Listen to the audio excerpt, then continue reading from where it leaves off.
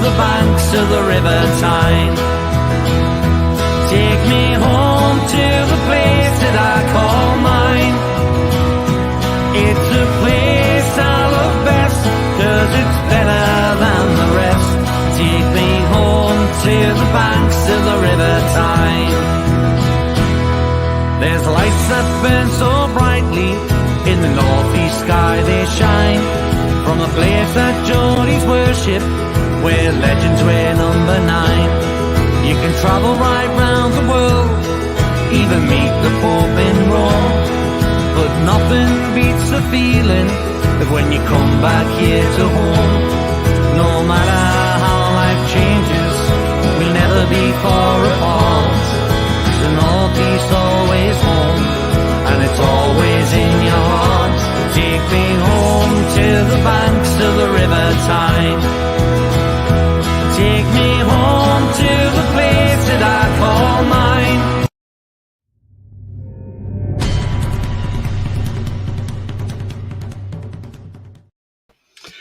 Good evening, everybody. Welcome to It's All Black and White TV, and it's the Newcastle United Tottenham Hotspur match preview. And I'm joined by Spurs fan Harry. How are you, Harry? Oh, I'm very good, thank you, Tony. Pleasure to be here. Thank you for inviting me. I was really chuffed when you invited me to come on. So thank you for that. And I'm a big fan of the intro, by the way. I really, really like that. Great music and altogether a fantastic intro. So good job for that. Really happy. Guy called Junior Turner wrote that. I've had him on my channel twice. A great guy, cool. Newcastle fan, season ticket holder. And it's a great song. And he's got some great songs on his YouTube. So check him out and have a look later on, and you'll see some of his music is absolutely brilliant. Before I get to the comments, if you like what you see, then please smash the like. It really does help the channel with search results. So smash those likes. Thank you very much indeed. Also, if you're brand new to the channel, then please hit the subscribe. Free to do so, helps the channel grow. Bell notification tells you when I'm live, have a pre-record or any upcoming shows. If you'd like to make a donation, there's a link in the chat. Just click the link and follow the instructions. 490 subscribers I'm at, so just 10 away now from 500. So thank you very much to everybody so far who have subscribed. First in is Exploring the Northeast. All right, Tony. Yeah, thank you very much, mate. Mag Debates, Toon. Yeah, thank you very much. And Sefton, evening all. Hi, Tony and Harry. Hi, Sefton. Hope you're well.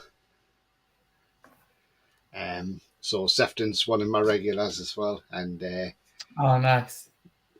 Before I get onto it, I didn't mention it there, Sefton. But if you haven't checked out northwestmags.com, it's an absolute brilliant website. Sefton, who's just in the chat there, made this website up. It's a fantastic website. There's a forum on there. Everything's on there. The podcasters, I'm on there. So just go and check it out. It's absolutely brilliant. Got another comment there. And Sefton says, what's Harry's thoughts on the results so far? So, yeah, I was going to come to that. I mean, how do you assess your season so far? You've had Conte in charge. He come out and had that thing after the game, and, it was a bit of an outburst, and I think everybody kind of knew, even neutral fans, not fans of Tottenham, even knew that and thought, he's gone. He's surely got to go.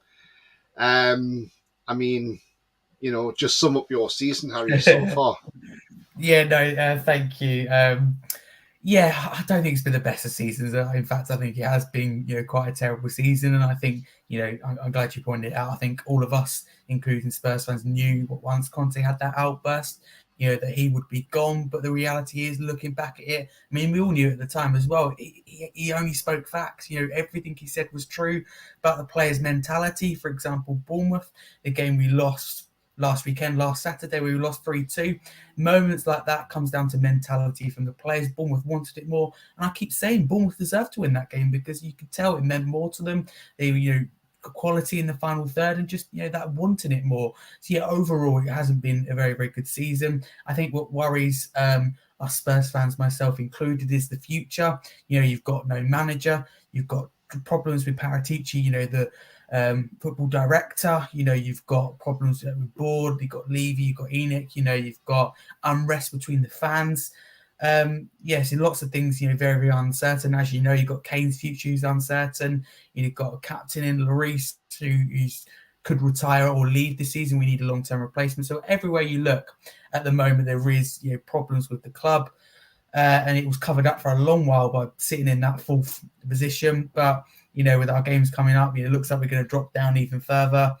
Not in a great place, but it's the future I think we're more worried about. But, already looking ahead to next season because, this season kind of feels over. It's just about trying to make it that little bit better.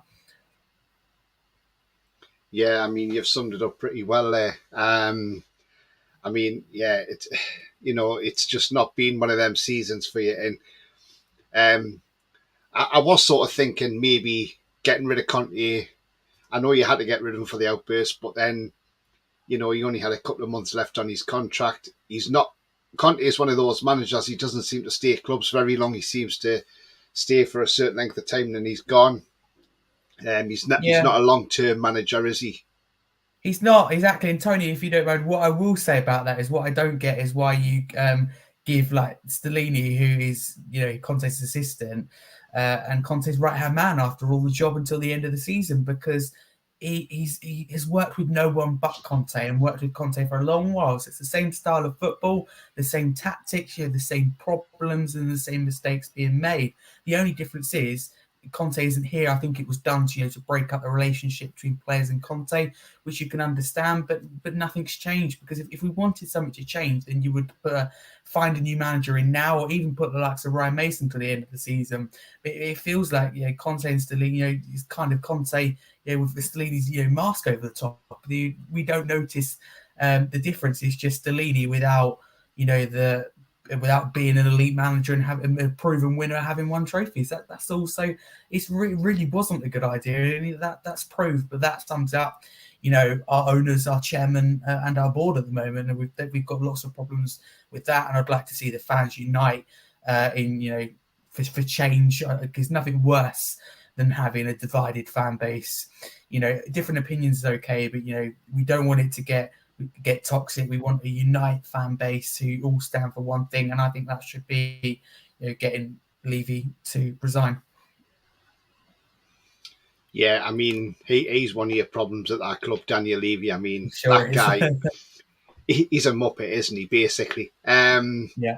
And we know he's not the owner of the club because obviously Joe Lewis is the owner, isn't he? But, I mean, but Levy, he's not, he's just one of them people that you just, I mean, how people want to work for him is just beyond me. I know. He's your worst nightmare. I really, yeah, absolutely, yeah. I'm just going to run into some comments and then might have some more questions here for you as well. So, all right. So let's see what else is said. Ian says, "Hi Tony and Harry." Hi Ian, hope you're well, mate. Big up, Ian. Roberto says, "Can I mention the Facebook?" Yes, there is a Facebook and a Twitter page for Northwest Mags as well. So if you'd like to check that out, please do so on Facebook and Twitter also. Roberto says, "Conte wasn't a problem, the players are." Do you agree with that? Absolutely agree. And I think, Pochettino said it, Nuno said it, Mourinho said it, and Conte's now said something about the mentality of the players, the lack of professionalism almost, giving up, the bad mentality, the loser's mentality, in fact. And we've all kind of ignored it and come up with excuses for players. Oh, they didn't work well under that manager. Oh, so-and-so, they've had this in their life. But at the end of the day, you stop making excuses for players who's sitting here on high salaries and a millionaire.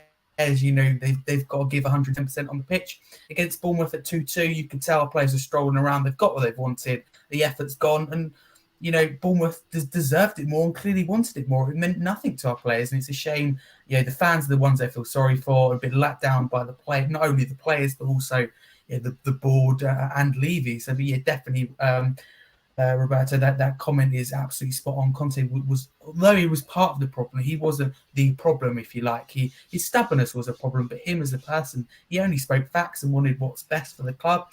At the end of the day, he's a proven winner. He's an elite manager. You can't really question him. So, that decision is ridiculous. But the players are definitely the problem.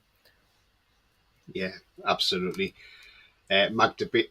debate says VAR was very, very kind to use against Brighton and Hove It Albion. was, I mean, yeah, we were lucky then. You should have lost that So game, really, shouldn't you? absolutely. I mean, Brighton were the better team. They turned us over, really. So yeah, I can feel Brighton's pain for that because they were robbed, and I can admit that. Absolutely. And Roberto says, same as managers like Mourinho, he wasn't the problem either. Had two world-class managers in them too, and Spurs do with Spurs as always. Yeah. I mean, Nuno left Spurs and he's won a trophy. Pochettino left Spurs, won a trophy. Mourinho now, left and won a trophy. We know that Conte, he's next year, whenever and wherever that will be, he will win a trophy. It almost feels like, a little bit of a curse, if you like. But Mourinho and Conte have won everywhere else they've been, but Tottenham. I mean, come on. Yeah. You have two elite manager proven winners. If you'd asked me, in 2019, when we got to that Champions League final, that we would have had Mourinho and Conte, do you think we would have won a trophy? I would have gone, absolutely. So it's baffling how we're sitting here going, we're absolutely nowhere near to a trophy. And we might not win one by the end of the decade. We're in that bad of a place. So it's baffling, really. Yeah. Sefton's got a question for you. He says, do you think Harry Kane will stay? Well, I didn't, but the links and the rumours, however true they are, we never know, is that he doesn't want to join Bayern, but that doesn't mean that, he's going to turn down the club, for example. I think he'll want to stay in England, obviously, to beat that, beat Shearer's record.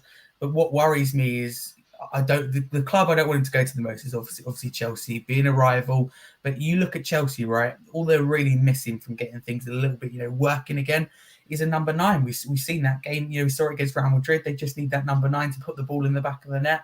Kane will do that and more than that. And the money that Chelsea have, if Todd Boehly, this is my worry, right? Todd Boehly comes in and goes that a ridiculous, let's say 150 million or 120 million for Kane. Levy's not going to say no. You've got Todd Boehly who throws money at it. He's a bit of an idiot, really. He's throwing money at it. And you've got Levy, another idiot, who's not going to turn down, money. So between them, I'm sure a deal will be found, sadly. Man United worries me. They need that. Weghorst isn't the answer, so they're going to need a number 9. And I'm sure with pressure from United fans, they will go out and spend. And that can be on Kane. So it worries me who he could go to. City now got Haaland. Liverpool as well, replacement for Firmino. Will they go out there and spend the money and part of their rebuild? I do think he will leave, and I think he'll stay in the Premier League. Obviously, I'd like him to go outside of the Premier League, but you can't blame him, and I can't blame him for leaving Tottenham. Lots of fans will go, "Oh, it won't be able to respect him." I will respect him as long as he doesn't go to Chelsea because he's done a lot for the club and he deserves better. I mean, Levy's let him down. The club have let him down. Levy especially. When Pochettino asked for that rebuild, he should have built a team around Kane. And that, for me, is letting Kane down. When you have a player of Kane's caliber and quality, he really has been let down by the club as a whole. So, yeah, I do think he will leave, sadly. It pains me to say it, but he deserves so much better and deserves to be winning trophies. And he has a better opportunity winning a trophy in loads of different places but Spurs. Yeah, absolutely. I mean, it's a strange one. I mean, he's got 12 months left on his contract, so it might not be a massive fee because of the 12 months he's got left. And Levy will hold out for the maximum he can get. yeah, he will do. And that worries me. It could be Chelsea. They like to chuck money around. But I think Chelsea, it's one of those teams, though.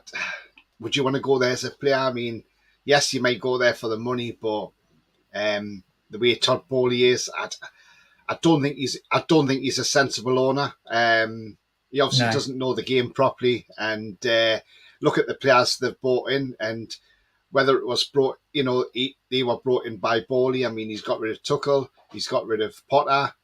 Potter couldn't get a tune out of them. Lampard's probably not going to get a tune out of them till the end of the season. A new manager might come in and say, right, Fernandes, Mudryk, Havertz and other players, I don't want them. I want them gone. And you're not going to get the 100 million back you've paid for Mudryk. You're not going to get the 106 million you've paid for Fernandes back. So, it's an absolute mess. And obviously Todd Boehly's gone in there gun-ho and it hasn't worked. It's backfired. And where Chelsea are playing at the moment, you know, they could finish lower than where they are now at the moment. So the only saving grace for Chelsea is they won't get relegated because the teams at the bottom end have got to play each other. So, you know, that saves our skin. But they could even finish as late low as 14th. And I mean, that's scary to think, isn't it, for a team that was like challenging? Yeah, it's definitely scary. I mean, I don't like what Todd Bowley's done with Chelsea. As a Chelsea fan, he must be annoyed right now because he doesn't understand the game. Like, he thought that Chelsea would go to the Bernabeu and win 3-0. I mean, who says that apart from someone who doesn't know football really? But with Kane, going back to Kane quickly, you got to remember the only thing that gives me hope he could stay at Tottenham is that he has a family, now another child, baby. Growing up, they're settled. He may not want to move, but parts of West London, are nice. I just can't see him going. Although I said, and I've been saying for a while, Man United's the perfect move. Will he want to move up to Manchester, with a family that are settled? I can't see it happening. So that's the only thing that gives me a little bit of hope. Is the family up, because he can't be, if he stays at Tottenham, it can't be anything to do with the football side, because if it's to do the football side, I mean, you would have left Tottenham on day one the transfer window opens to go and win a trophy. You can't blame anyone who does that, because you deserve better, and someone like Kane deserves, as I said, to be winning trophies. The club are let him down, but the only thing that must be keeping him here will be family and being settled. It'll be something outside of football like that. Yeah, absolutely. Mighty Max says, "Hi, Tony and Harry. Can we have Waddle back, please?" Yeah, what a player Chrissy Waddle was. Roberto says, "Spurs and Chelsea, two clubs that managers shouldn't go. Reputation gets dented going there." Sadly true, yeah. It's true. Yeah. Alan says, "We've got Tottenham's Champions League last season, but hopefully not this time." Mason says, "Harry, Tony, and hello, Harry." Hi, Mason. Hope you're well, mate. Sefton says, "Yeah, I was at White Hart Lane when Model signed for them. The away end was packed, as I remember." Yeah, good old White Hart Lane. Rolly says, "Hi, Tony and Harry." Hi, Rolly. Hope you're well, mate. Yeah. He says, "I do remember he was substituted." Sefton says, "I was gutted when Gaza signed for Tottenham." Yeah, what a player Gaza was. I mean, obviously before your time, Harry, but Gaza, what a player. I mean, you've probably seen videos and that of him. But now, I mean, what you see is fantastic. So, yeah, great player. Yeah, absolutely. Andrew says, "Harry, yeah, we're all right, Andrew. Thank you very much." Roberto thinks Kane will go to Man United. Makes sense on the football side of things. Definitely. Jake says, "Tony, address Sefton by his correct name, please." EK says, "Big up legends." Thank you very much, EK. Mighty Max says, "Chelsea have no Euros. No player will go there unless there's FFP." I mean, that's the thing. I mean, they're probably not going to finish in the European places. I've heard rumours going around, and I say they are rumours. We can't say it's true, but according to the media, the Chelsea players don't want to qualify for Europe because they're frightened in case they finish 7th and they're in the Conference League and they don't want, and they said that competition's too small for them to play in. So they don't want to end. So they'd rather have no European football and finish 7th. That's the mentality of the players again, and it worries me with Spurs. And listen, I love our fan base, and I think at times, I feel sorry for the fans a lot, but some of our small percentage of our fan base really don't help themselves. They kind of sit here and go, I hope we get no European football. Perhaps that will prompt Levy into action. It won't. Levy, is never going to change. I want what's best for my club, and that is the best possible finish. Finish 4th, finish 5th. That is the best. It's the best you can get in what is a terrible season. I don't wish my club to finish mid-table just because it might prompt Levy into action. I want what's best for my club, and people go, oh, that must be Levy changing his ways. But Levy's not going to change his ways overnight, So I just want what's best for the club. And I just can't see that. It's a player's mentality thing. Again, it's quite worrying if they're sitting here trying not to do well, if you like, to play in Europe. It seems bonkers.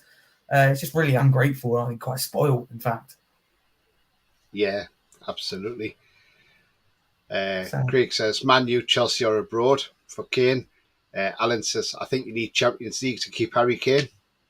Yeah, we're not going to get that. It'll be going to you. I mean, you've got Isak and Callum Wilson, two fantastic strikers. Big fan of Isak myself.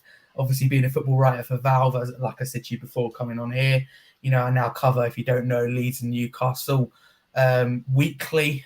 So yeah, both got close to them, especially Newcastle. So it won't hurt as much if we lose at the weekend, because there's a little bit of a soft spot there for Newcastle, to be fair. But yeah, big fan of Isak. But if you didn't buy Isak, then Kane would probably go into Newcastle. You got the money with the new owners, and he has a more chance of winning a trophy before us. You have a better chance. I mean, you came close with the final this year. I mean, who says you can't go on a title charge next season? I mean, who knows? You're not. If you look at it, you're really not that far away. So Eddie Howe's done a fantastic job. I mean, Isak, as I said, big fan. Callum Wilson as well, scores goals when you need him. But Newcastle, if you didn't have those star strikers, then Kane, that would make sense as well. So it worries me. Kane could go literally anywhere, and you can't blame him. You really can't. I'd love to sit here and go, Kane, he should stay. If he stays at Spurs, he's going to win trophies. We all love him. He should stay at Spurs, your best club in the world, because that's not true. I can't sit here and lie. I've got to be honest. He deserves better. Fans who can't admit that, then that's their problem. But I can sit here and admit that he deserves so much better, and best of luck to him. Absolutely agree with that comment. Spot on. Yeah, he needs to move on and win something. Yeah, definitely. I'm grateful for what he's done, but he deserves better, and I want what's best for him. Yeah. So fair play to him. I can't Kane will never go to Chelsea. No. Very unlucky. It's just the thickness of Levy and the money of Todd Boehly that there's a possibility, I think, but it shouldn't happen. Kane will do his best, I'm sure, to stop that from happening. But Levy and Todd Boehly will do their best for it to happen. EK says Chelsea's run by a fellows, one function and brain selling, he said. EK speaking facts. Agree with the last couple of comments. Yeah. Absolutely. I can see a fire sale at Chelsea this summer, says Mighty Mac. Wouldn't surprise me. Max says, I hear a lot of Spurs fans complaining on TalkSport. Yeah, they're a bit hit and miss, but they're still fifth. We won't be for long, though. Yeah. I think our fan base overreact to a lot of things, it's fair to say. But I think our problems are, to be fair, being covered up by where we sit fifth. I mean, we're losing to Bournemouth at home. When you equalise in stoppage time against Bournemouth, you expect 6 minutes of added time. You either hold on and win the game. Nobody but Tottenham loses that game, for example. And I think it's more the problems of not having a manager, sporting director. He's broken rules. I think he had his trial today. He's in big trouble. He's fine. He's out of football. And it's just Levy. I think that's the problem. And just where we go from here, we got contracts running out. Kane's on, Lloris's future on future. So I think it's more than the position. I think it's being covered up by. We won't be fifth by the end of the season. That's for sure. We see our next 3 games coming up, including playing you. I mean, it's scary, really. We've lost our easy games, and now we've got the hard games coming up. So it's typical, really. EK says, imagine Kane went to PSG or Bayern. Yeah, I'd rather that than stay in the Premier League. I don't want him to score against Tottenham, but no. Wish him all the best, whatever he does. He goes to PSG, he wins trophies. He goes to Bayern, he wins trophies. He goes to City, trophies, United trophies, Newcastle trophies, Chelsea even, probably because the money they chuck at it, but not Tottenham. So that's a sad thing. We might get him. I won't rule him out because of the money and, the chance of winning the trophy. Evening. Yeah. Evening to you, Neil, Arsenal fan. Mason says, Harry, can we please have Joe Rodon back at Swansea? I never got the point of that. We need Alan says they would not have been in Champions League if we didn't beat Arsenal. Yeah, no, very, very grateful for that. No, what a game as well. You deserved that as well. I mean, Arsenal crumbled to the end of the season. I mean, they've thrown a 14-point lead already away. So I think, again, we talk about mentality perhaps of the players. I'm someone, I hate to sit here, as a Spurs fan and talk about Arsenal. That's what makes our season, I think, worse. They're top of the league and flying, whereas we were ahead of them, less than 12 months ago, just 10 months ago, in fact. but Arteta's done a fantastic job with Arsenal. And if they finish second, they would have bottled the league. Overall, it's a fantastic season for them. We expect them, to get top 4, and that's successful to them. So no, fair play. I think he's done a great job, but perhaps again, that's a mentality, like we say, of the players.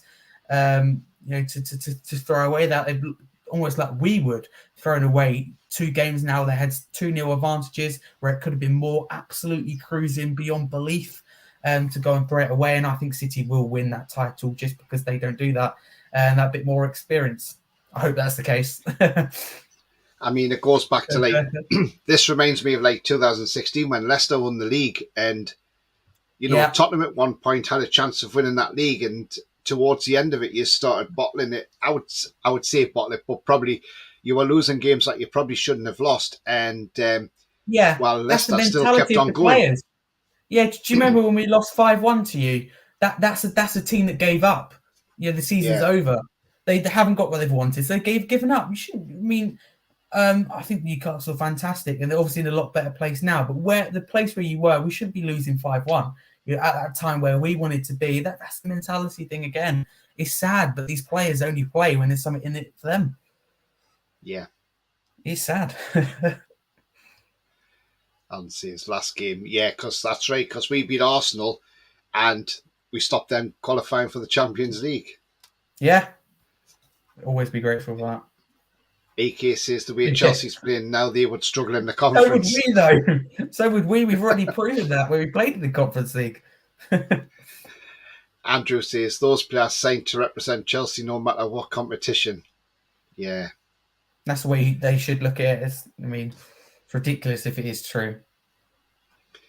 Imagine one from Chelsea, second Kane. Yeah. And Callum Wilson off the bench. If one of them gets injured or you need fresh legs, 2 especially in Isaac and Kane, but also Callum Wilson. You've got some fantastic strikers there, and I think between them they would tear the league apart. And it'd be scary thought, but I wouldn't rule it out because of the new owners you have and the opportunities you have going next season. Because I want to know your thoughts, but I don't think any Newcastle fan expected them to do as well as they have, and that's credit to Eddie Howe, the players, because though you've spent money, you haven't spent huge or bought the league like the likes of City or Chelsea did in the end.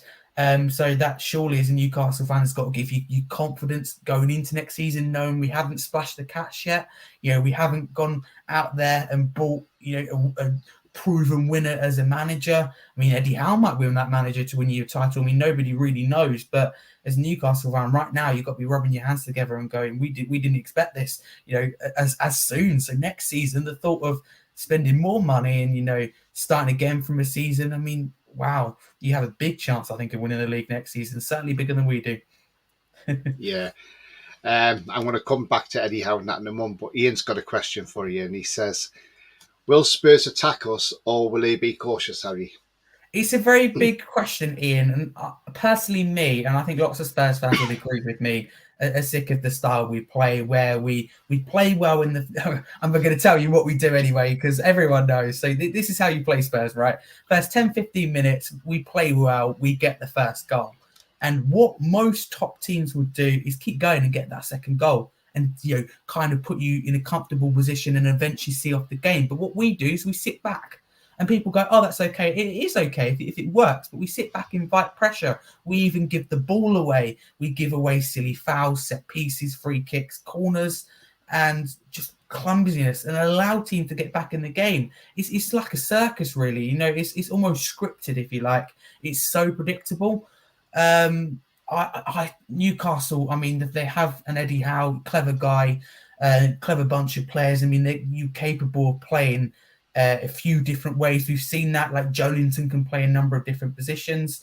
We've seen that Isaac can partner Wilson, or it could be just Isaac or just Wilson. So many different ways you could play.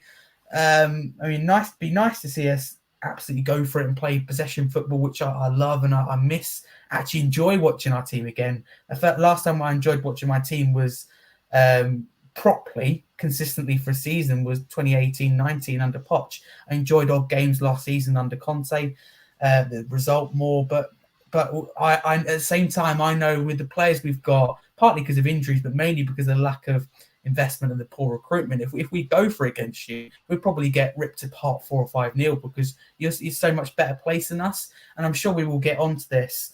But obviously, you losing that game to Aston Villa, quite a bit, damaging defeat in the end unexpectedly. You'll want to bounce back in front of your own fans. I think I'm expecting. What I'm expecting is Newcastle to bounce back and to be fair, I'm going to turn us over because your players and your club has a lot better attitude than we do. We like, for example, we go out the FA Cup to Sheffield United, and our response to that, where the fans still turn up, is to lose 1-0 to Wolves and then lose, I think, a London derby after that. Your response will be, and Eddie Howe as well, will be absolutely going for it. And I think you rip us apart. I really do. However we play, you look all over the pitch. You have more quality than us. Defense is so much better. Goalkeeper is so much better. Your midfield, Guimaraes himself is so much better than any midfielder we have in the entire squad. And going forward, I mean, it's great to have the likes of Kane and Son. You look at your attack. I mean, it's a lot better form than us. People said, we had the best front three. We did at the time last season, but Kulusevski and Son have gone missing. Kane's the only hope we have is if Kane produces a miracle and scores a goal or two. That's sad that we rely on Kane to carry us. But that's the reality. We're being carried by Kane, but I've got a bad feeling for Sunday. I really, really, really fancy Newcastle to win comfortably because I know what we're like. Yeah, exactly. Just go to some more comments, see who else is chatting here. Craig says Chelsea's in serious trouble. They have over 30 senior players with more or so to come back at the end of the season. They need to sell a dozen minimum or they're in the poo. Yeah, he's absolutely right. And they can't really do that until they get a new manager in. And who will be their manager? So Chelsea are as big as crisis, if not bigger than we are. EKS, I've been impressed with Porro and Danjuma from what I've seen from them. Once Spurs get a manager and a style that fits them, they will be great players. Absolutely, and we've got to make that decision whether we go to buy Porro or we go to buy Danjuma. That decision's got to be made. Danjuma, I think, has got to be made in June. So, and we've apparently we've appointed a chief football officer to kind of be above Paratici for when he gets back in a year or so time. And apparently he doesn't start work until July, so it looks like there'll be no manager before July. And if there's a manager before July, it'll be picked by Levy. And what worries me is you've got the likes of Brendan Rodgers who haven't got a job, and Levy likes, and apparently he's very close to him and tried to get him before. So, but no, with Porro, he had a terrible game against Bournemouth, but I think that's just a blip. I think he has a good future, but perhaps it's a system he's playing in. But that's another thing, like with Conte and Stellini. And I'm going to use them both because it feels like Conte's really still here.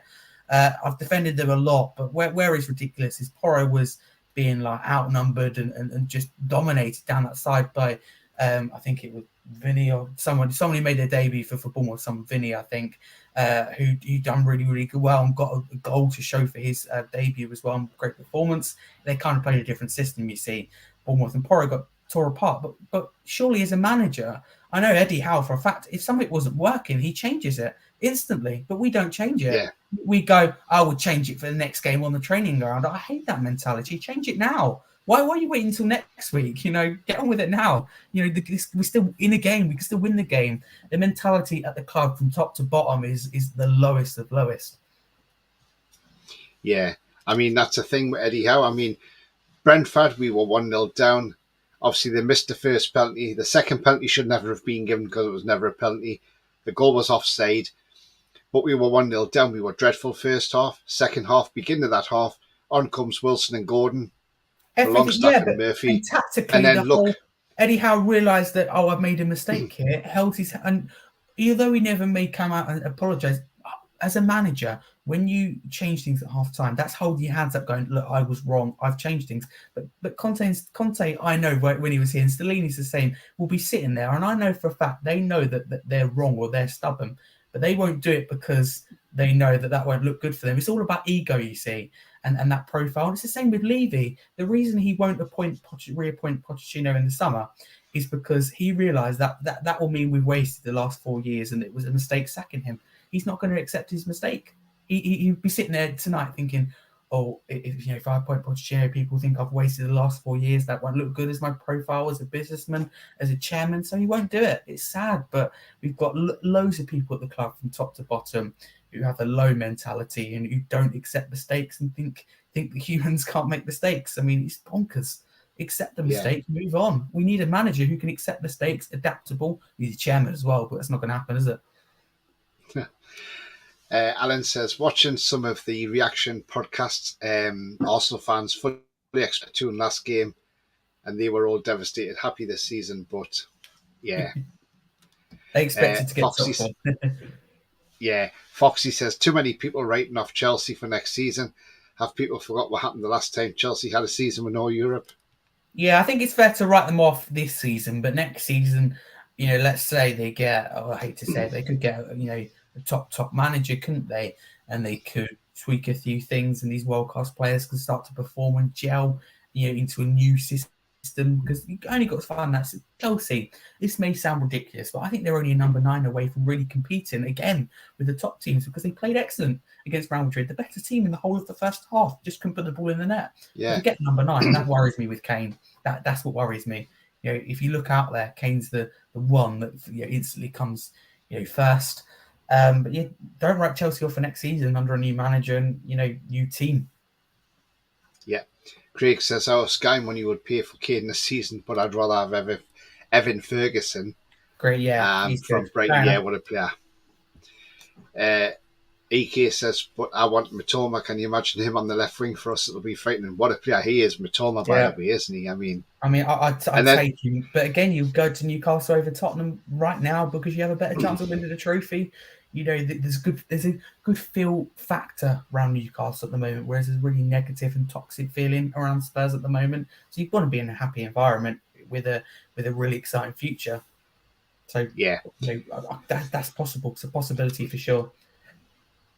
Alan says Ferguson would do for me. Good age, great potential, absolutely. But I can't see Brighton selling them. They've got another 19-year-old now, and Cisco. That Paraguayan, he came on and scored that goal against Chelsea.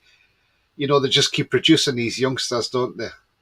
Fantastic what they do. Sefton says, Harry, do you think Son will stay? It's a good question. It's something that I actually haven't thought about. He hasn't been great this season. At the end of the day, he's a Golden Boot player and he produces magic, when we need him. Obviously, his age is, I think he's nearly 31 now. So he'll be not thinking about retirement, be in the back of his mind somewhere. And I'm sure he'll want to finish his career in South Korea properly, which is understandable. I think what Kane does has a massive factor because I think he enjoyed playing with Kane. But having said that, at the same time, his stats don't lie. He's been better, without Kane being that main man. Do I think he will stay? I think he'll stay mainly because someone upstairs in the club will go, you need to keep Son, because all these South Korean fans buy so many tickets and spend so much money in the club shops. If we sell Son, then the club is going to not be in as good as a place financially. Silly things like this, leaving Son isn't, don't get me wrong, but Son could be the worst player in the world, for example. But if it meant he brought money with him from South Korean fans, let's say, then Levy would keep him here. But luckily, Son is a class player, a very, very good player. He's had a great career. I'm not too fussed either way, to be fair. I wouldn't be upset either. I'm grateful for what he's done, but if he moves on, he's at that age where it's not life or death. The one I'm worried about is Kane. Do I think he will stay? I think he will stay, yeah, as I said, because that person upstairs, I think, won't allow it to happen because of the money with the club. You see, I mean, I haven't been supporting Spurs for long, obviously, with my age, but I know already the way the club works and the mentality, keep him here, more money for the club. So I do think he will stay. Yeah. Craig says it would be class if we don't get Mitoma but get Rafael Lau. What a player he is, isn't he? AC Milan left winger. Tore us apart. Last night. Tore, Napoli so apart. So definitely class player. Again, why wouldn't you come to Newcastle? They're in such a good place. 23-year-old Portuguese. He's got a year left on his contract in the summer. This season in the in Serie A, he's played 28 games but started 22. 6 times Team of the Week, 10 goals, 6 assists. What a player. Yes, his disciplinary record's not been great. 5 yellows, one yellow, like second yellow to a red, and then one red card as well. It's all right if he consistently performs and does really well for you. You know, you can kind of accept that, I think. Yeah, definitely. Lau's goal last night was top class, he says. Yeah, absolutely. Really was. Yeah, definitely was. Very good. Mighty Max says, we got to hold Son and Kane. They are a headache. I wouldn't worry about Son. I'd worry about Kane, to be fair to you. If you can keep Kane quiet, then that Son will have to step up. And he can produce a bit of magic, but if you're riding on Son consistency, you haven't been there this season. But no, definitely. If you can keep Kane quiet, you won the game. You know, if what you've got to do is if you put our defence under pressure, you win the game. Because Dyer gives the ball away, you know, Romero will give away, probably get sent off. Our defence is a liability. So if you put them under any kind of pressure, we know that we'll win the game. Simple as. Pete, one who comes on my channel regular as well, he's got his own YouTube channel. He says, even though he's injured, but Emerson Royale has been one of the very worst signings Spurs have made. Would you say that, Harry? I would have agreed with that statement last year, but I'm afraid I don't even think it's up to the debate now because he's a player before he got injured who improved, broke his way into the team, felt that responsibility to step up when Porro came in. And right now, I would have Emerson over Porro any day of the week because Emerson, before he got injured, you know, was putting in consistently good performances at the very end. And Porro needs time, but isn't quite there yet. Fans jump to the conclusion, he's never going to be good enough, which I hate, by the way. Give him time, you know. He's got to adapt to the speed, you know, physicality of the Premier League. Next season, you know, give him the whole of next season, then judge him at the end of the season. If he isn't there yet, if he's in the same situation we're talking now, where he's making 3 big mistakes for a goal and, you know, poor defensively and not having that much of an impact going forward, then yes, he has to go. But right now, give him time. He's only been here 5 minutes. Emerson as well, he's getting better. And who would have thought he'd been one of the fans' favourites? I mean, last year when he was terrible, so it just shows you confidence in football's key. And the injury came at the wrong time, though. Yeah. So we'll see after his injury. Excuse me. EK says, I hope Spurs develop Oliver Skip properly because he will have a great future.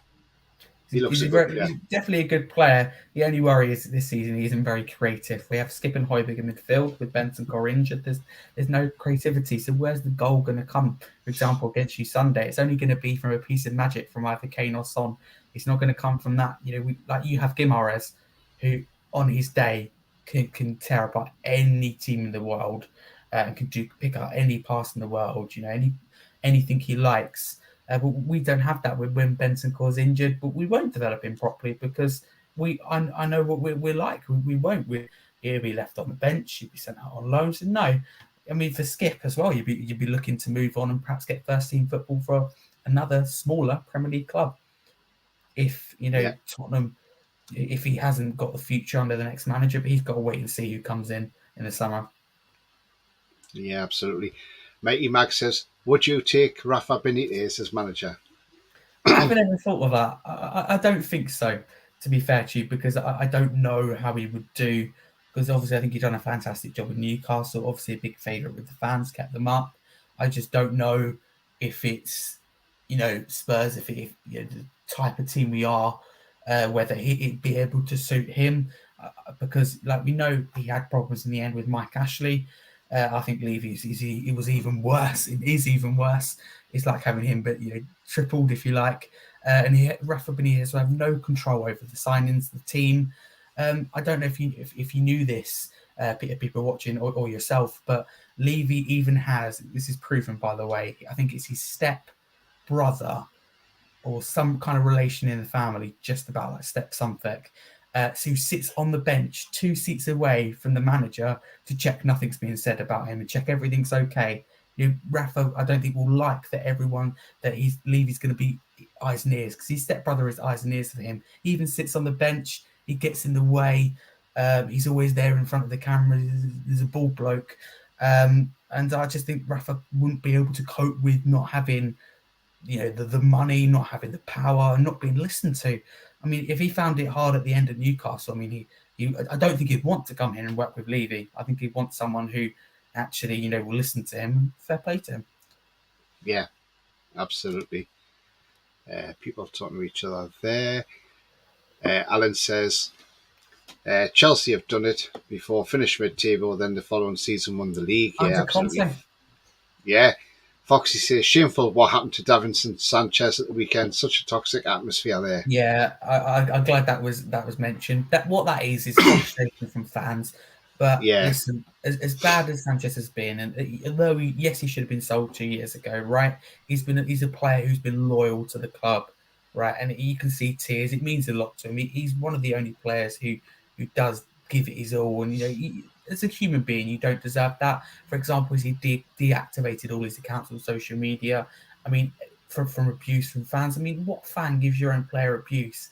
You've got to be. You're not a fan, in my opinion. You're not welcome at the club if you've got nothing better to do than give your own player abuse at the stadium and then on social media after and like say things about his family. That's not for me what a fan would do. But this isn't Sanchez's fault. But Sanchez represents the problem with this club, as in you don't get someone you keep him, and you're not moving on someone, you're not selling them, and that sums up Levy really. So yeah, I'd rather it be directed at our owners and chairman and the board. So that is the toxic. I'm going to the Man United game. Let's say we get battered by you lot. That Man United atmosphere, on a Thursday night could be very, very toxic. For example, I don't know if you know, but the Palace game we've got at home in a few weeks' time. 6 huge Spurs pages now. I think 7 even maybe now. Spurs groups on Facebook have agreed, not to attend the game, and they're stopping people from buying that tickets. We're expecting potentially 5, 10, maybe even 15,000 empty seats for the first time. This hasn't happened at our new stadium before. So there's lots of problems, and everyone has a different opinion. Some people think protesting is the best way, sending a letter to the board, not turning up, walking out at 22 minutes. By the way, all these things are going to happen, and it's set to happen in the next couple of home games, including Man United. But everyone has a different view, and I don't want it to become toxic. We should unite as fans in pushing for change. That's the way I look at it. Put pressure on Levy. Send a letter to him. Protest. Walk out. Do whatever you want, but don't. Where's the problem when it becomes toxic? You're booing each other. There's fights. You give yourself abuse on social media. That's not what you want, and that's not healthy, and it's not right. We should unite as a fan base. And that is partly what I and several others at the moment are trying to do with a couple of my pages, kind of unite the fans and like create a movement where fans are together, respect each other's opinions, and that's what's important. We all need to come together right now. When you've got to support your team through the bad times as well. Got people sitting there saying, I'm thinking about supporting another team. You've got to support your team. You're not a fan. You don't support your team through the bad times. You're not welcome here. Support your team no matter what. And with Newcastle, you've been through some terrible times under Ashley. Those Newcastle fans all stayed with it. They deserve every single success they're getting now under Eddie Howe and these new Saudi owners. They deserve it because they've stuck with it. But some of our fans don't, because they can. How can you even think about supporting another team or giving up? I mean, you can't just switch clubs like that for me. When your club's doing bad. So you deserve every success we get, and we don't deserve success at the moment because of that small bit of the fan base. But having said that, it's not the whole fans. It's a percentage, what I call. Yeah, you're absolutely correct there. I mean, excuse me again, but I mean, we've had the bad times. I've seen it myself. I've seen a lot of bad times and good times. And the club will always come back. And under these new owners, we've had more communication under these owners than we did under the previous owner. Well, let's just say we had more communication within the first month from these owners than the previous 14 years. So that just shows you how much change we've had. Well, yeah, exactly. And Mike Ashley, that's the hope that gives me hope as a Spurs fans, that, you put pressure on Mike Ashley, you put pressure on Levy, you could step down. But Levy and Mike Ashley, the same, were, should I say, the same in many different ways. There's no communication. Like Levy right now, we're in a crisis. We've got no direction, no plan. Got no manager for the men's or women's team. We've got no football director. We've got star players like Kane, Son, Lloris, who all, could potentially leave in the summer. There's no identity. There's no brand of football. There's toxic. There's problems with the fan base. Is so split. People aren't turning up. You've got booing. You've got so many physical things going on. I mean, it's a terrible place to be around at the moment. There's Levy sits there, says absolutely nothing about it. There's no communication, no reassurance or message with the fans. It just gets someone else to, do it.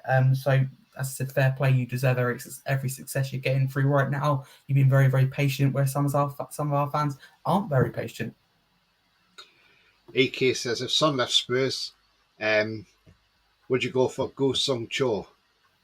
He's a good option, but at the same time, Levy will try his best negotiating for a smaller price. It's like Kim Min-jae. We could have had him for 5 million, but Levy wanted 3 million. That's it. That's his extreme. Look how much he's worth now. Can Bayern make it back tonight? For me, no. They could win the game, but the tie, I can't see it happening. I'm going to give my prediction now, if you don't mind for that. I'm going to go for the game. I'm going to go 2-2. I think Bayern will go 2-0 up at half-time, and people will be thinking, Bayern can really get back into this. I think City will come back and make it 2-2. That means City go through 5-3 on aggregate. I just cut City. It's just too good. I think so, yeah. Yeah. AK says, he has a manager out the left field that would suit Spurs. Hervé Renard. So underrated, it's unbelievable. He's the manager of Saudi Arabia at the moment. Oh yes, no. Again, another option that we haven't considered. There's so many managers out there, and there's at least, I would say, 5 or 6 managers that I would love to come to this club, and a lot of them are in the Premier League, but a lot of them aren't. You got Arne Slot of Feyenoord, for example, who I think he's doing a fine job, but there's a few I wouldn't take. Quickly name them now. I wouldn't take Brendan Rodgers. I wouldn't take Graham Potter, and I wouldn't take Luis Enrique, who sadly looks like he could become the next Tottenham manager, because it's the same style of football. It's the same big name checkbook, if you like, manager who will fail under these owners. So we need someone with a long-term project. And I'm at the moment, as every day and every second goes by, more drawn to the idea of the long-term project under Vincent Kompany that involves younger players, good style of football. But no, that's definitely another option. Foxy's very good with his South American football, so he says Sanchez is finished now, confidence-wise done, but I've watched this kid live in Colombia. He's had so much potential, improved even more at Ajax. Unfortunately, went from Delict to Dyer and has had no chance, in my opinion. Yeah, I mean, that's what Spurs does to you, isn't it? It shows you, what we do to a player. It's sad. Same with Dele, although it's different in a way, because we kind of started his career. Look at the way it ended. I think it's us in the end. Harry, is there any season tickets available? Well, I think the day sell a full allocation, Spurs, I think he means, yeah. Next season, there definitely will be people who won't renew the season tickets. I believe they haven't put them up, but they're going to put everything else, like merchandise prices and that, up. So I'm sure there'll be, although there's a huge waiting list, there'll be lots of people who don't renew season tickets. For example, there's they're talking, as I said to you, at the moment, 15 to 20,000 season ticket holders who won't turn up against Crystal Palace potentially. So it's a big thing for them to do. But there should be lots next season if things don't change. Midnight Garden said Sanchez failed by the club once on Ajax standout. He has never been allowed to develop to go on loan. He's played under 5 managers with no cohesion and tactics. And I'd like to point out, for the majority of his Spurs career, he's been stuck on the bench as well, and just been used when you needed him. That's not good for a player's confidence. And when he's been given an opportunity, he's played in a terrible team and a terrible moment under a manager who was wrong for the club. So I feel for him. I really do. As a human being, I feel for him the most. The abuse he's getting is disgraceful, really. It's like, for example, with Saka with Arsenal, what the abuse he's getting as well after just missing a penalty is ridiculous. It's sad, really, how these players get abuse from your own fans. For me, that's not fans. Get out the club. If you want to abuse your player, and when you bring race or you bring family into it, I mean, what kind of fan are you to do that? I mean, honestly, it's disgusting. Yeah. AK says, if Phoenix did sell Spurs, how much would they sell it for, do you think? Well, I read that apparently they wanted How much was it? Or was it they valued? For example, there was someone who could be, I think, was potentially interested, and they wanted double. I can't remember how. I'll try and come back to you. I can't remember how much it was, but I know that we wanted more, just a bit more than Chelsea. It's quite a lot that they will want. But see, Levy apparently, according to rumours, plans to remain as his role as chairman, even if we get new owners. That's still going to be the same problem there, because he's still involved in the football side of things. He's someone who's even more clueless than Todd Bowley, who still pokes his nose in. You know, for example, in that Amazon documentary, you know, you've got loads of qualities, right, about professional players. This is about Harry Winks, and the best compliment in the world you could give to Harry Winks was, "Oh, he runs around a lot." That's someone who doesn't understand football. Oh, he runs around a lot. That Harry Winks, he's a good runner, isn't he? I mean, that's the best compliment you can give a player. Really, he runs around a lot. It's not a marathon. I mean, come on. He doesn't know football. He runs around a lot. Come on. Craig says, Spurs don't own their stadium, he's led to believe. Is that right? We own it, but we don't have stadium naming rights, and we kind of like paying it off. So we do own it, unlike some clubs, for example, unlike West Ham, but there's no naming rights. Again, that's money. Levy not wanting to pay the money. Google came in and offered 100. What was it? Something billion, and he wanted double that. So, for example, it's never going to happen. Yeah, absolutely. That's him again. Ian says, "You're not having Eddie Howe, mind, Harry." I'd take him. Do you know what? I said that when he was at Bournemouth. Lots of fans shut down the idea. I got called. Got made fun of for wanting Eddie Howe, the Spurs manager, but time tells that he wherever he goes, Eddie Howe, he overachieves. Sefton says, "Don't forget to hit the like and subscribe button. How are the lads? Thank you very much indeed, Sefton." Just run through some comments. Foxy says, "The only positive for Spurs is Destiny Udogie. He'll improve the club a lot on the left side." But the worrying thing is, I think he was brought in for Conte because he's a fullback. What about if we get a manager who plays a back four again? Is he going to play? But no, I'm really excited to see him next season under the right manager. Mighty Mag says, "Was a $2 billion owner of Spurs sometime same time as our sale was going through?" Yeah, but now apparently they want, I think it's 5 they want, for example. And I think there was, for example, there's Qatari sports investment. If they were going to buy Tottenham, they wanted it for 3 billion. Yeah. Spurs apparently won't sell for under 5. I mean, that says everything you need to know about our owners. They won't go any less than 5. EK says, "What about Anga Postecoglou at Celtic? He would suit Spurs as a brilliant manager. I rate him a lot." Yeah, lots of Spurs fans say that. I don't like him. I think that previous Celtic managers have done a lot better than him personally. I think Celtic have got lucky in some games, especially the Old Firm at times this season. No, not for me. I don't see what he's done at Celtic. I see what he's done, but not in the way people look at it. I think he hasn't done as well as other managers have, certainly not better. So no, not for me. I think there's loads of better managers out there. Yeah. I mean, I'm going to come on to our team and talk about Eddie Howe. I mean, I'll put his picture up on screen. There he is. I mean, Eddie Howe came into our club last year. We hadn't won a game in the Premier League. We were sitting bottom of the table. Not playing great. Had just got rid of Steve Bruce. It took a while to get a manager in, but we finally got a manager in, and we got Eddie Howe in. Absolutely brilliant. We were linked to a host of different managers, Fonseca. We were linked to Conte even. Eddie Howe came in with Sean McBride, and we thought, right, okay, this is a good move. And I was all for this because I thought Eddie Howe isn't a bad manager. And it's probably a good appointment to get us out of the relegation scrap that we were in at the time. Yeah. And we didn't win our first game till December. And then the second game we didn't win towards the end of January when we beat Leeds away, which under Bielsa was a very good lead still. It was, yeah. But Tony, I think that at the time, getting rid of Steve Bruce and bringing any other manager in was the right thing to do, because we talk about lots of people trying to ignore the fact of a new manager bounce, but that new face has a big impact. And when you're bottom of the league, new manager, that gives you hope. And a top manager like Eddie Howe, I mean, all you want to do at that time is stay up. And he went beyond that, and you finished mid-table, I think, in the end. So that's just incredible, and shows again that's overachieving. Wherever he goes, the same at Bournemouth, he always surpasses the expectations. I mean, look what he's done with Bournemouth. I know people say he took him down in the end, and he definitely took a lot out of him. But overall, look what he's done with Bournemouth. I mean, nobody ever expected them to get to the Premier League, and they did. Yeah.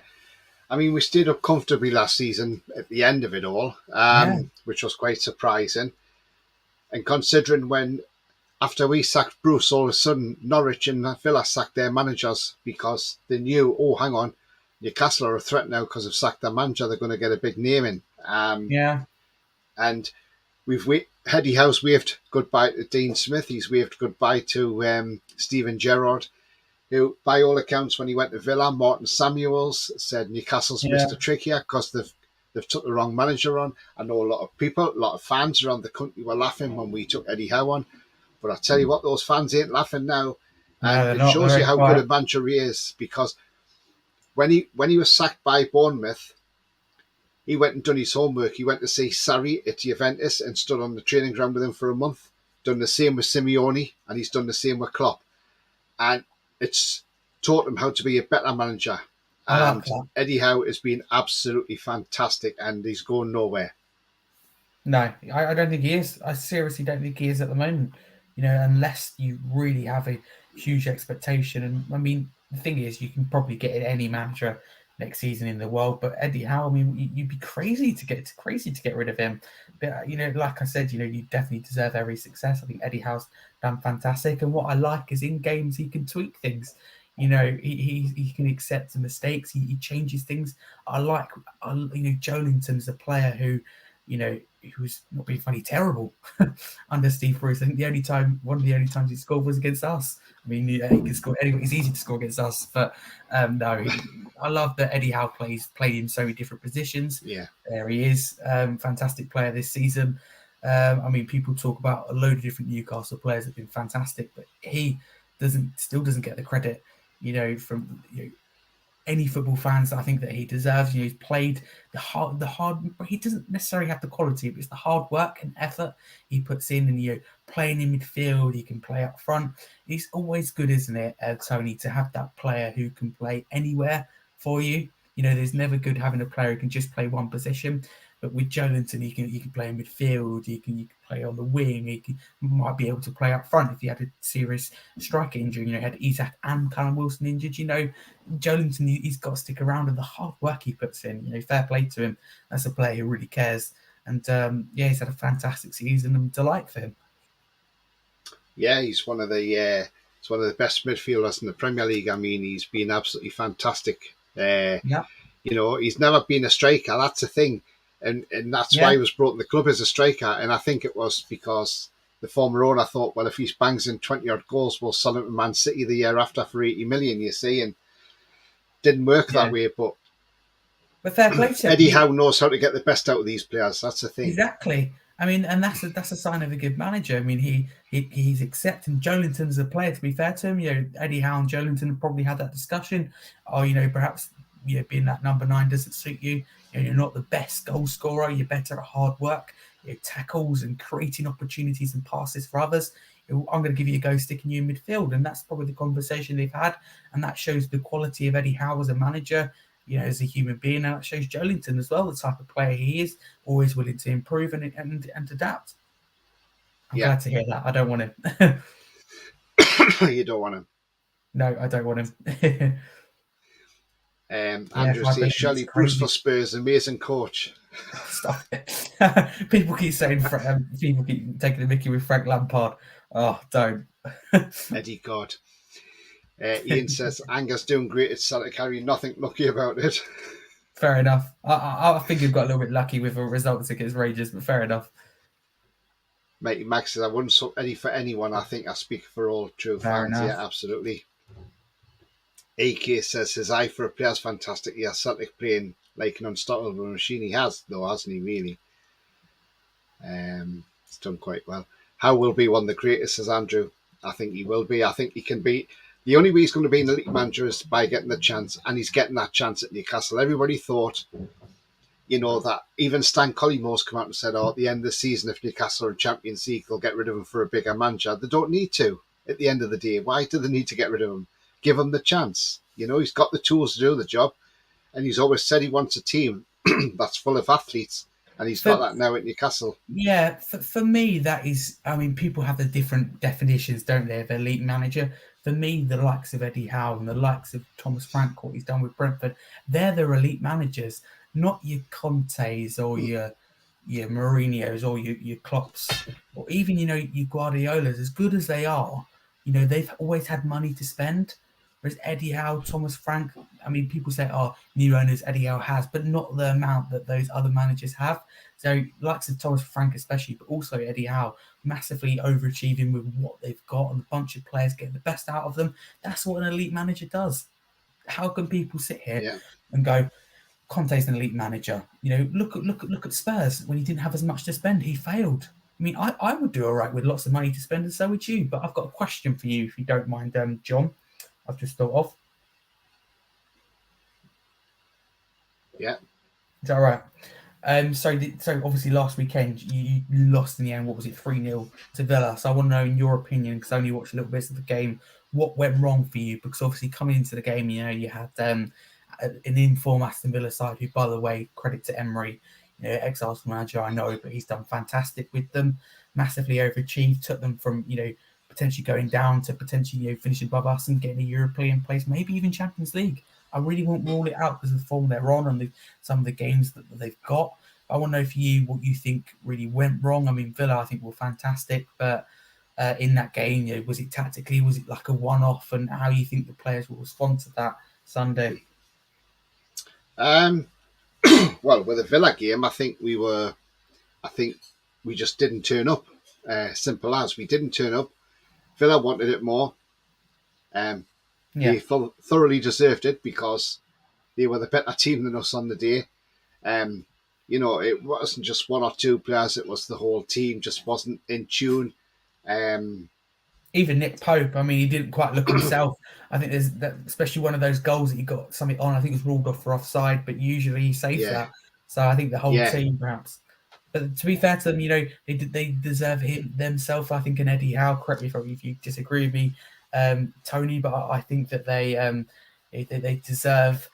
They're justified. Not turning up for that game, considering the effort and the season they're having, especially the players, Eddie Howe, what they've done. Understandable them not turning up. With someone like, for example, us, who we've been putting poor performance in all season, you're like, why haven't you turned up then? But with Newcastle, they've consistently put a performance in, and I think Newcastle fans, they accept Eddie Howe's apology and the players after apology because how fantastic they've been this season, and they know they're bounced back. But with Spurs, we know we won't bounce back. But you Sunday, in front of your own fans, I'm sure you'll come out absolutely flying.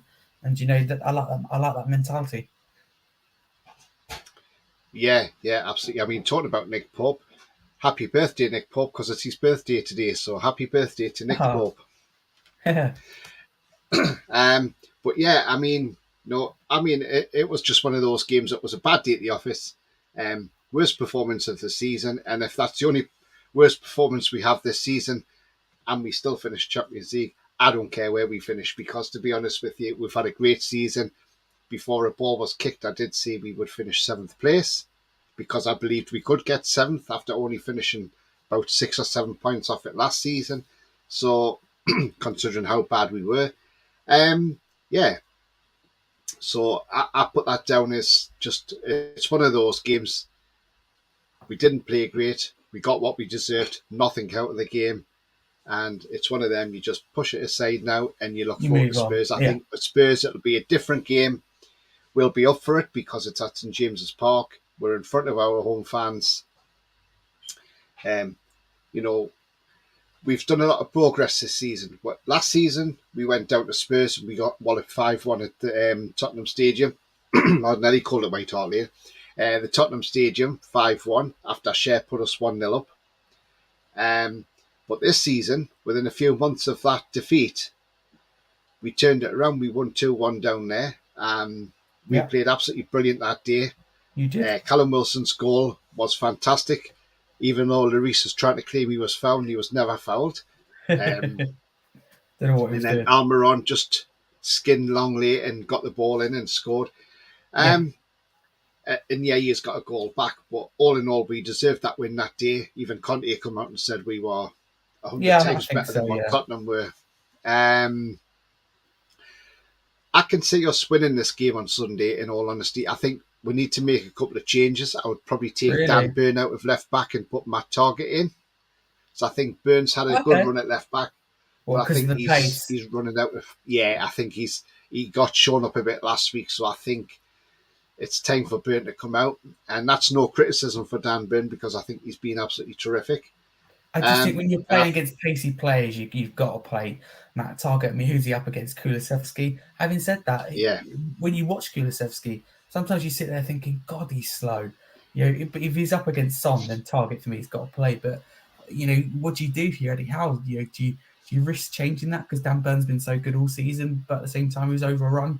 But I think that's perhaps a slight critic. One of the only critics I've got, Eddie Howe, in that Villa game. I think before that he had to start Matt Targett, considering Villa pacey, or perhaps you changed it earlier. But Spurs, interesting. Kulusevski, I mean, he's not that quick, but he's probably quicker than Dan Burn.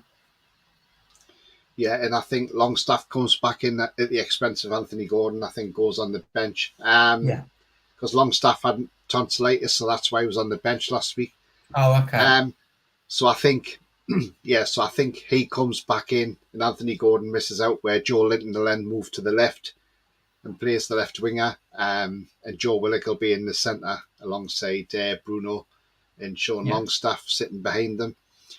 But I mean, I've got it down. We'll win this game. I would say 2-0. I think the players will want to owe something for the fans for that performance last Saturday. They won't be happy with that performance, and they'll want to put it right. They'll want to put that wrong right on Sunday, and I believe we can do. With the way Spurs are at the moment, I think they're all over the place. They're very inconsistent, and I've said that for a long time about Spurs. Obviously, I watch Spurs every week, or sometimes even obviously when we were in Europe twice a week. And I know any team that goes for us, presses us high, we panic, we make mistakes, we give away fouls. You've got to go for us. If you go for us seriously in that first half, let's say even 20 minutes, absolutely, really, really going for us, high press, absolutely everything. You could be 2-3-0 up, and the game could be gone. For you, that fast start and stopping us getting the first goal could be absolutely crucial. So if you start well, I think you definitely push on, and I think you put the game out of sight. Yeah, absolutely. I mean, I think we will take the game to Spurs, and we will attack Spurs. We've done it to every team this season. We've done it to Man United. Man United's had the force of it. They got beat 2-0 at St James's just recently. Against Leicester in the Carabao Cup, we were rampant. We could have been 4 or 5 up by half time in that Carabao Cup quarter final, against Leicester. Same with Southampton. We should have put that to bed quite early, the semi final, but we won that 1-2-1 at home. But that was too close in the end, wasn't it? Considering how good the performance was. Yeah, but I can see us winning this on Sunday, and definitely. I think we'll keep Son and Kane quiet, and I think if we get into a couple of goals lead, I think we'll end up winning the game. But I would like to say 3-0, but I'm going to sit on the fence and say I think we can win 2-0. I mean, like I say, I think I don't know if you've got any injuries like ahead of Sunday, like the centre half. I don't know if Longley's out, is he, or? It is. See, Tony, defence is our problem, because Davis isn't expected to return. You've got Longley, who should be out.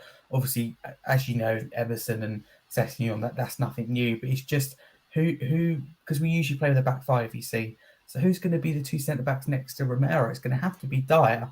But are you going to play either Sanchez or Tanganga? Sanchez literally got booed off the pitch and was at fault for 2 goals. Received all that horrible, undeserved abuse. or are you going to go with Tanganga, who's extremely rusty because he hasn't played any games, and every game he plays in, he gives the ball away and he's absolutely terrible. So what do you do? So the defense is the problem for me. I mean, when you're up against Alexander Isak, you've got Sam Maximum, Almiron as well. What season he's having? Then I really worry for our defense and worry for Dyer. I mean, what's he going to do? Oh, I really dread it in the game, and I'm sure you're asking me for my score prediction in a minute, but I think you're going to absolutely turn us over. I hate to say it, and it wouldn't be the first time you've done it either in recent years. I mean, Almiron, he should still be out really, but he's back ahead of schedule. There's talks St. Maximum could be back Sunday. He's ahead of schedule apparently, so it's we've got a good strength now on the bench, but I mean, obviously in the summer we'll strengthen even more. But it's going to be a very, very interesting game. And I mean, EK makes a good point. If Arsenal were a bit more patient with Emery, they could have won a Europa League and had the league wrapped up by now. But I guess not everyone is blessed with patience. No, very true. And Mighty Mag says, Tony, can I mention how well West Brom are doing since Steve Bruce left from bottom 3 and they're now 7th? Yeah. It just shows you he's a dinosaur manager with dinosaur tactics. I want an Isak hat-trick, says EK. Probably get it as well.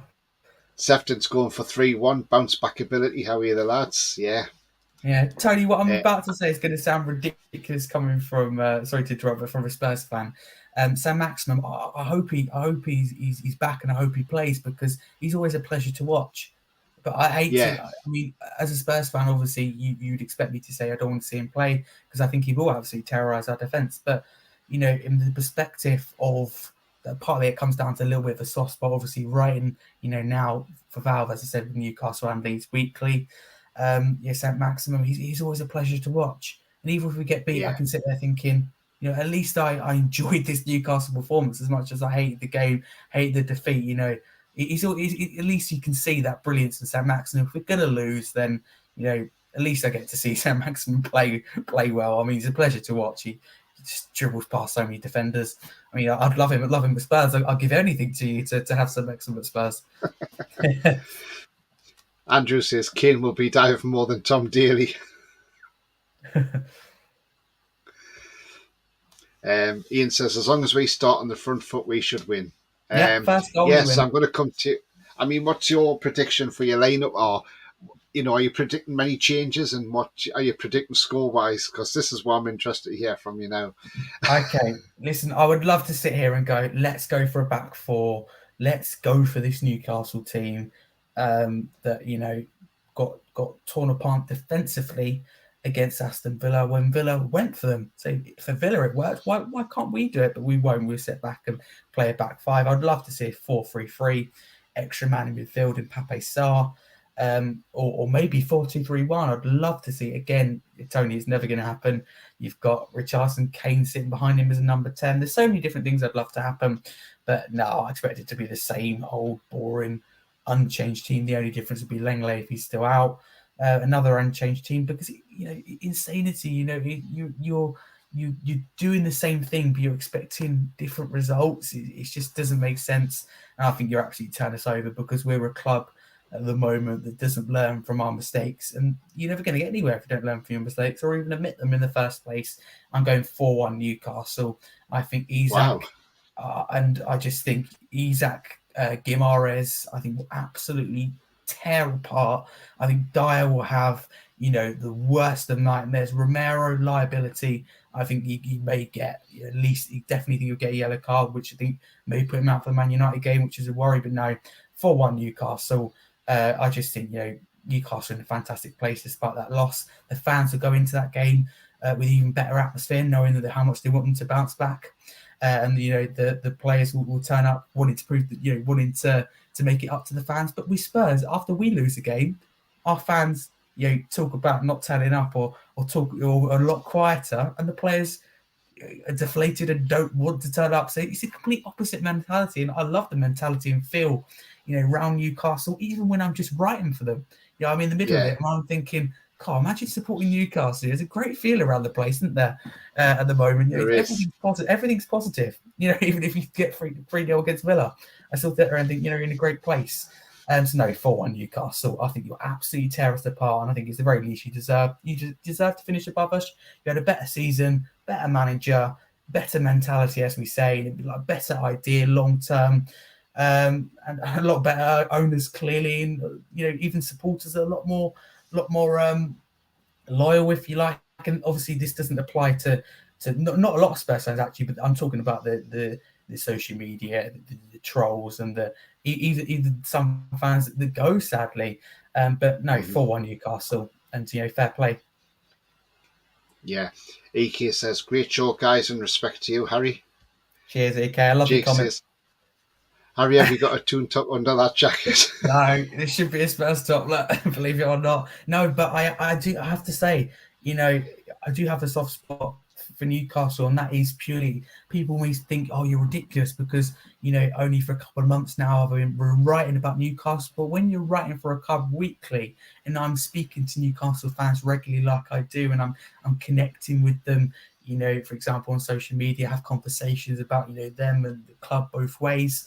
And I feel that the nice feeling around Newcastle, and there's no hate there.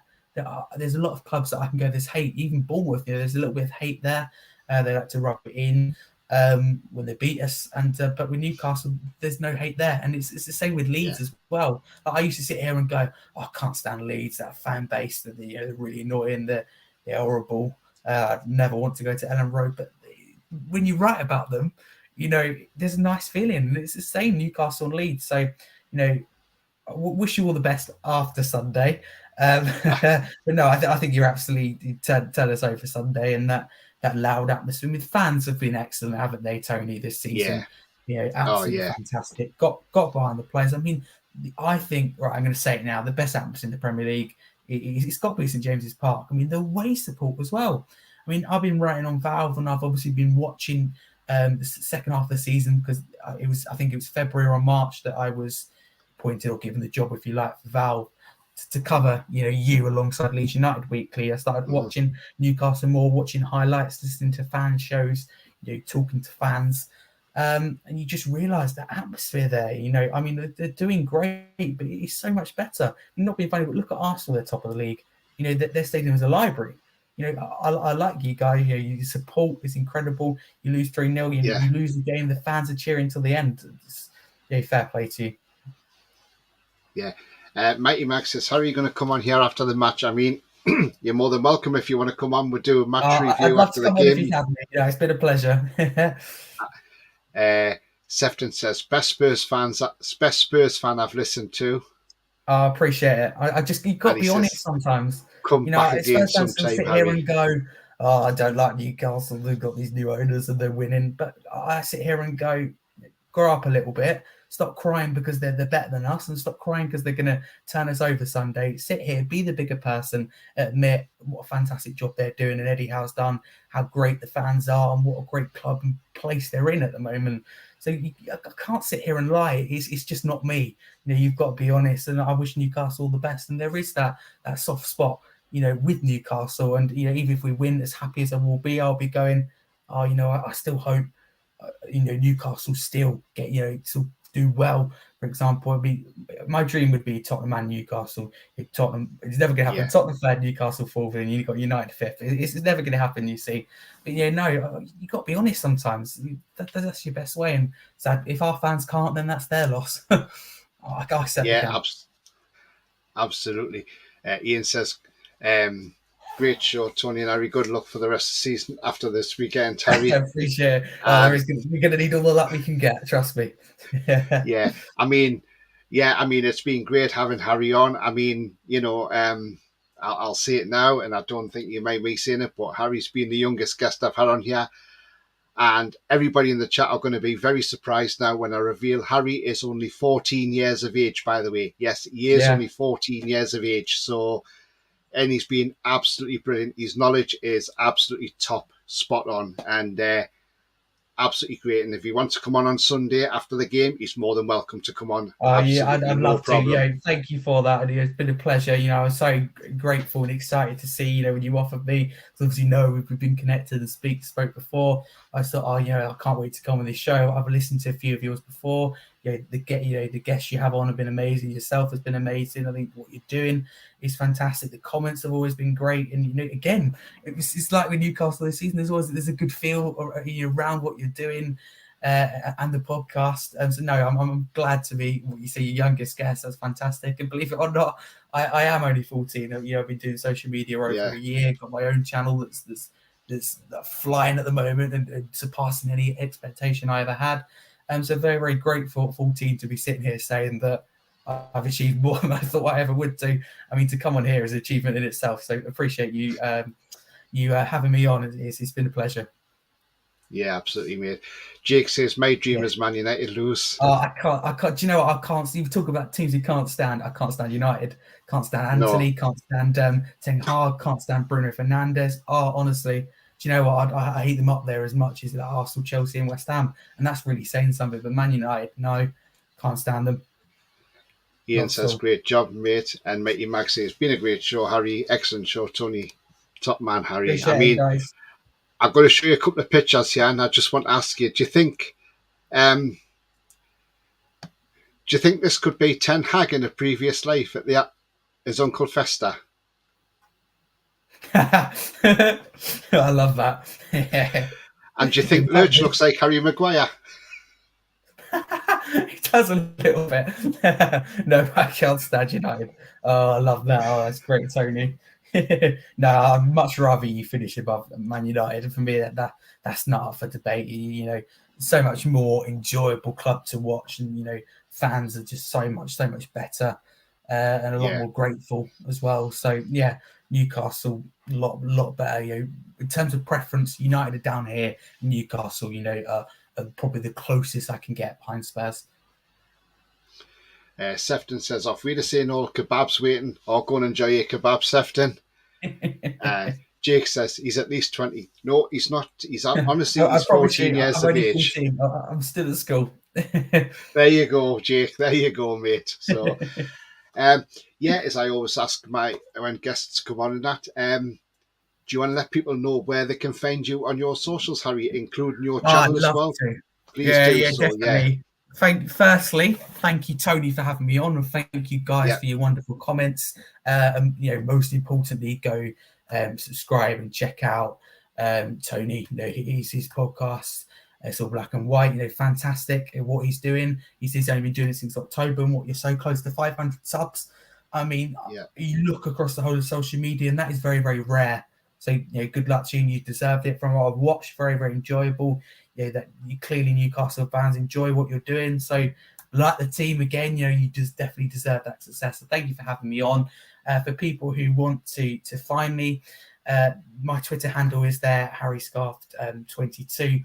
I am actually a content creator on YouTube. I create lots of Spurs and football content daily. I'm also an advocate for autism, because actually people don't know I'm autistic myself. So I basically call out, if you like, big companies. For example, you've got the Premier League, you've got the government. I just encourage them to do more. And I'm looking to go to conferences to speak about X. Obviously, it means a lot to me.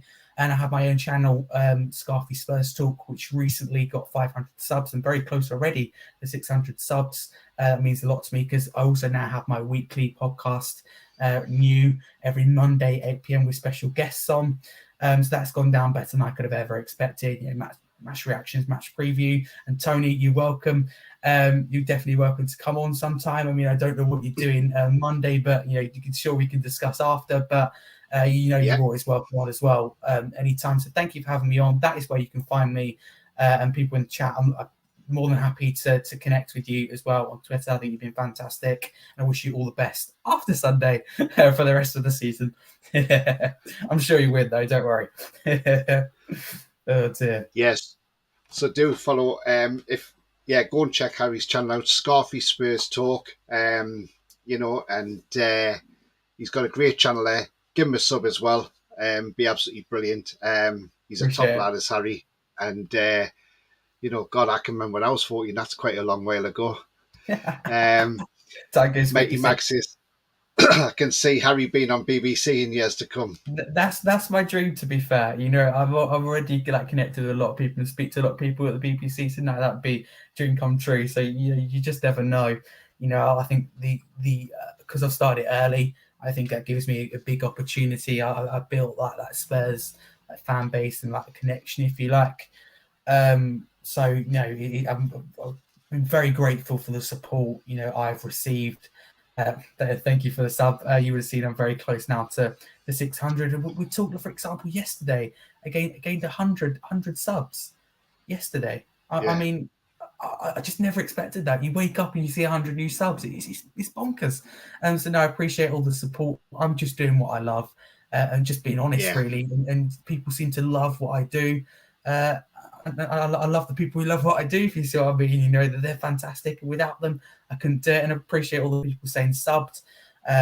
If you were on Twitter, I would definitely return the favor. If any of you have any channels, have any accounts or anything, I would absolutely return the favor, because you guys have been great.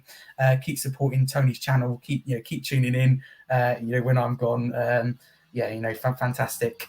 As I said, fantastic what he does. Definitely go subscribe to his channel and make sure get to 500 for the end of the season. I think that's a realistic target. I think it's going to happen. Okay, just set your own target there, 500 by the end of the season. I think it'll be done by the end of the month. I think, but I hope so anyway. That'd be great. 600 then. My aim is 600, 700 by the end of the season. I mean, I think you're really not close to me. You've done it in a short space of time. So massive credit to you, Tony, and coming on here today. I can see why you built that in such a short space of time. It's fantastic. The amount of comments as well. I mean, it's clearly something people look forward to, and rightly so. Yeah, it's just nice that people love my content. I wouldn't have the channel if it wasn't for them. And that's what I keep saying. A channel. I used to be a co-host on another channel, but I looked after the guy's channel for John Sinclair. Looked after his channel for a week when he went on holiday, and everybody was like, "Why haven't you got your channel? Why haven't you got a channel? Why haven't you got a channel?" And I thought, do you know what? Do I do it? And I thought, I'll have a go and I'll see what happens. And it's just took off, and it's absolutely brilliant. And I can't thank the people who've subscribed enough, or the people who just come on and view it. I mean, it's been great.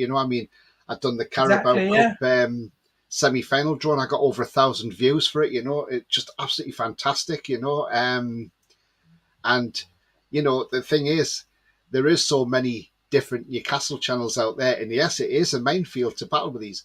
But you know what? I just plod along, and you're up there. It is you're what it is, and the channel's just grown from strength to strength, and it's just absolutely brilliant. And I just thank everybody who's subscribed. Yeah, and it's similar with me. You say I couldn't have done it, without the people who support me. And I originally just started because something I loved, and I thought, I'm just going to watch myself back. Watch the videos that I've recorded myself. Then I said, do you know what? Let's do this for family and friends, about 5-10 people. And now you're talking, for example, when I go, for example, my weekly podcast every Monday 8 p.m. you've got, even just when you have 20-30 people waiting, and now, for example, you're having hundreds of views on your content, and thousands of followers, for example, and you think, wow, this is not what I started it for. So you're so grateful. And Tony, I'm sure yourself, you surpassed your greatest of expectations, because never did I sit here and be talking that I would have got 100 subs in 24 hours. I just never did I ever think that's possible. And I think yourself included, I think you'll feel that, especially when you get to 500. But we're now on the long road to 1K, and when you get to 1K, that's when people start, really going, oh, hang on, this is good work here. I love what they've done. And so I think 1K, it's the closest it feels to a million, if you like. You get all, but you've got to remember, we're just doing about a club. It's so much harder as you've got these huge YouTubers, content creators. You have millions, but theirs is worldwide. Ours is just for one. Not only is it sport, not only football, but one club. So to get both where we've got is fantastic so far. And your podcast, your channel's definitely already right up there. It's only been going since October. Can you imagine in 3 years' time? you know, it's scary and exciting at the same time. So, no, I wish you all the best. I've definitely, definitely every week, been looking, see how much, because I only go up and up to see how much, how far you go. But obviously, we're in contact fairly regularly, aren't we, Tony? I tell you on Twitter, so we check out each other's channels. But no, it's been good to grow together. You won't be long before you're on that and past me as well, I'm sure. So best of luck to you. Yeah, thank you very much, Harry, and same to you, mate. Best of luck to you. I mean, you can find me on Twitter at TonyTooney31, so if you give me a follow, I'll follow you back. Also, you know when my channel is because you're on it now anyway. Yeah. I grow that. If you have liked what you saw tonight, then please smash them likes. It really does help the channel up the search results, so smashing those likes is great. Also, if you're brand new to the channel, then consider the subscribe button. Free to do so. Come and join the community. It's a great community here. And also, bell notification tells you when I'm live, have a pre-record, or any upcoming shows as well. And also, if you haven't checked out yet, then check northwestmags.com out. That's a fantastic website. I'll urge Harry to go and check that out because I'm sure he'll like it when he goes in there and sees what's on there. I'm going to do that as soon as I'm off here. And it's a fantastic website. And Sefton did very well when he set that website up also. But no, it's been a fantastic show tonight. We've talked about a lot of different things to do with both clubs, and it's been absolutely fantastic. Harry's been a top guest. Yes, he, like I say, wants to come on for a reaction show after the game. More than welcome. That would be absolutely fantastic. I'd love to. As I said, it really has, been a pleasure. You have a great community here. Your comments, your people who watch your content have been fantastic, and the guests you've had on as well. They've been great. Their input's been great. Knowledge has been great. So yeah, keep it up, and your channel has a bright future. You may find you have a few more Toon subscribers on your channel, but you know what? I appreciate that, guys. Absolutely great. I'll return the favour. Just remind me, because short-term memory I have, you see. But no, honestly, I'll return the favour. Absolutely, could be grateful. But if you're interested, Tony, if you don't mind me quickly saying one last thing, for anyone who didn't hear, I do, along with Leeds United, I do cover Newcastle United every week now for Valve. You may have heard of them. And I drop sometimes a link of my article on Twitter. So I've done, I think, 2 articles now about Newcastle. I've only been doing it for a short while. After a couple of their games, like things we've learned. So yeah, if you can't find the link on Valve from my article, just drop me a DM and I'll send it to you if you want to read it. It's a pleasure to cover Newcastle. As I said, a fantastic club who are doing really, really well at the moment. There's no hate there for me. Eddie Howe's doing a fantastic job. So it's a pleasure to cover them. And you never know, might be a Leeds fan here as well. I'm also covering Leeds United as well. But no, it's a pleasure to be doing that. It's the first, kind of writer's job that I've had. The only downside is it isn't paid, but that doesn't matter to me in terms of it's a fantastic experience. I'm meeting, discussing, talking with, connecting with more Newcastle fans. And it really is a pleasure to get to understand the club and the way it's run. The fans, you almost feel like you're part of it. Do you know what I mean? So it's absolutely fantastic. And I'm grateful for the support of the Newcastle fans, not only tonight, but since I started covering for Valve, have given me, the follows, the reading my articles, the kind messages. So guys, honestly, big up to you and your club. Fantastic. Yeah. And if you're on Twitter, guys, make sure you get down there, TarryScarf22, and give him a follow, and he will follow you back. Absolutely. That's absolutely, definitely. But guys, it's been great tonight, and as usual, it's a bye-bye from me. As a bye-bye from me. Appreciate it, Tony. Appreciate it, guys. Yeah, all the and best. As I always say, remember, the future's bright, the future's black and white. Yeah, I love that. Yeah. Bye-bye. It's good to be fair. See you later.